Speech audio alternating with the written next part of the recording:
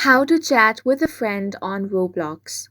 Hi guys, welcome to our channel. Let's begin. In this video, I will guide you on how you can chat with a friend on Roblox. For this, launch open any web browser. Now search for Roblox. Then click on this website, which is roblox.com. Make sure to sign into your account. Now, on the home screen, you will find the friends option over here.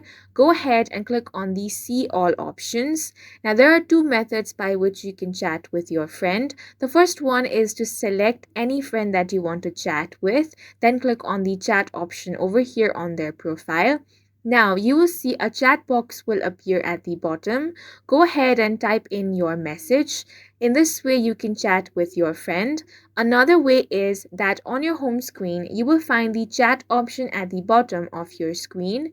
Go ahead and click on that. Now from the list of friends, select any friend that you want to chat with. The chat box will appear. Go ahead and type in your message, and this is another way on how you can chat with a friend on Roblox. And that's it for this video. If you found it helpful, please make sure to hit the like button and subscribe for more videos like this.